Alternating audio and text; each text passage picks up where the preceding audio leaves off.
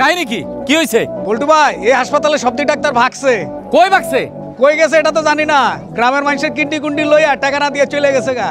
ভাগ্য ভালো আমি আমার কিডনি বেচা টাকা পাই গেছি গা ভাই। আপনি আপনার টাকা পাইছেন? আরে বেটা, আমি তো একজন শিক্ষিত লোক।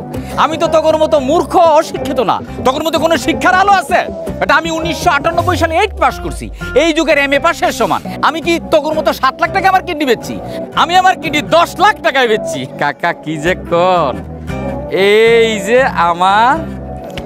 যে আমার চেক, এই যে খালি ব্যাংকটা খুঁজে পাইতেছি না। ব্যাংকটা খুঁজে পাইলে টাকাটা ক্যাশ করুন। আচ্ছা মেম্বার সাহেব, আপনি তো ব্যাংকে ট্যাঙ্কে যান, দেখেন তো এই ব্যাংকটা কই?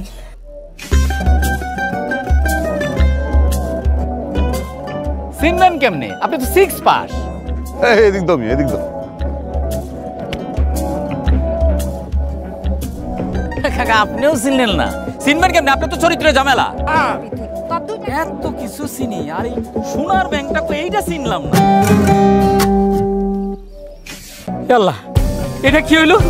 হালার পুতরা তো আমার সোনার ব্যাংকের চেক ধরা দিয়ে গেল। আমার মতো একটা শিক্ষিত লোককে চোরা বানায় দিয়ে গেল। আমি এখন কি করি? আমার কিডনিও নিয়ে গেল, আমার টাকাও দিল না। আমার এখন কি?